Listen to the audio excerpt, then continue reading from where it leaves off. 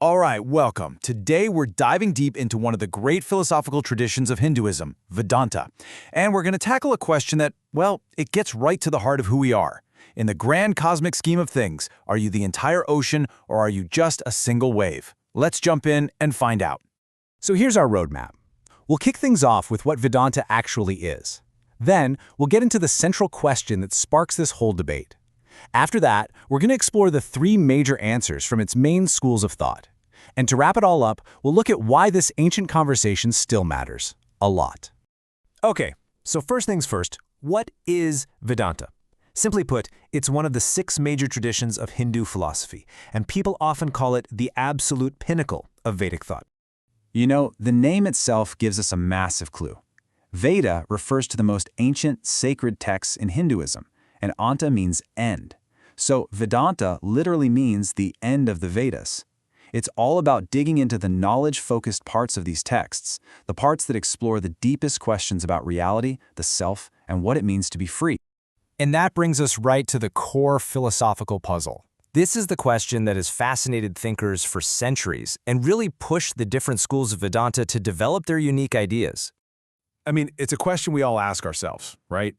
But Vedanta just takes it to a whole other level, a cosmic level. It's asking, what is the fundamental relationship between you, your individual self, and the ultimate reality of the entire universe? To really get the answers, we need to meet the two key players in this story. On one side, you've got Brahman. That's the ultimate, unchanging reality that everything is made of. Just think of it as the entire ocean. Then, on the other side, you've got the atman. That's the individual self, your soul, your innermost consciousness. That's the wave. So the huge debate in Vedanta is all about this. What's the real relationship between the wave and the ocean? So let's dive into the first and probably the most famous answer. This is the school of Advaita Vedanta, and it offers a pretty radical idea, non-dualism. Okay, so here's the absolute game changer with Advaita. Your Atman and Brahman aren't just connected, they're identical, the same thing. That feeling you have of being a separate person, according to this school, that's basically an illusion. So in our analogy, the wave has this mind-blowing realization that it was never just a wave, it is the ocean.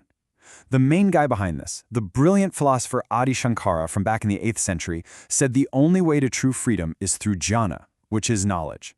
The deep, profound knowledge of this ultimate oneness. All right, so if Advaita is one extreme, our next school, Viśiṣṭādvaita, offers a more nuanced kind of middle ground position. This is the path of qualified non-dualism. Now this school, championed by the philosopher Ramanuja, adds a really important twist. It agrees there's a fundamental unity, but, and this is a big but, it says the individual self, the atman, is distinct from Brahman, even while being eternally and inseparably a part of it. So the wave isn't the entire ocean, but it is a real distinct part of the ocean. It can't exist without it. And the path here changes from pure knowledge to bhakti, which is all about devotion to a personal God. And that brings us to our third major perspective, which makes the boldest claim of all. This is Dvaita Vedanta, the path of dualism. This view, put forward by Madhvacharya in the 13th century, is crystal clear. It says the individual self and the ultimate reality, God, are two completely different and eternally separate things, period. There's no confusion. The wave is a wave, the ocean is the ocean, and they are not the same thing. In this view, real freedom comes through complete devotional surrender and is given by the grace of God. So there you have it. 3 completely different, really powerful answers to that single, timeless question about who we are and where we fit in the universe. And this table just lays it all out so perfectly, right? You've got Advaita saying the wave is the ocean. Simple. Then Viśiṣṭādvaita comes in and says, hold on, the wave is a distinct part of the ocean. And finally, Dvaita is like, nope, the wave is totally separate from the ocean.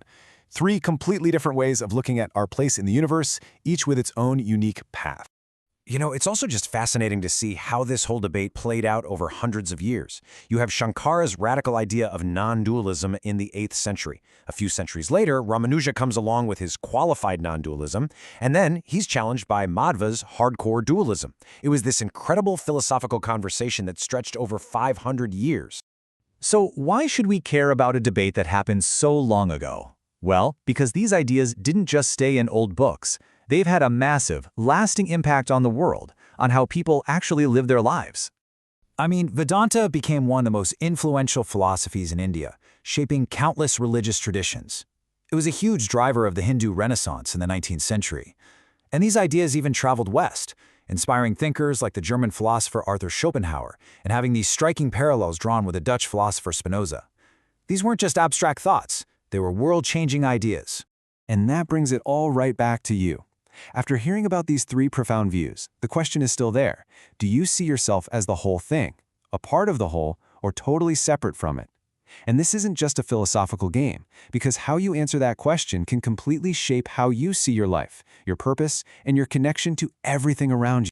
Let me leave you with one final thought. Whatever you experience, gravity, joy, sadness, even absolute nothingness, there has to be an observer, right? A consciousness that's doing the experiencing.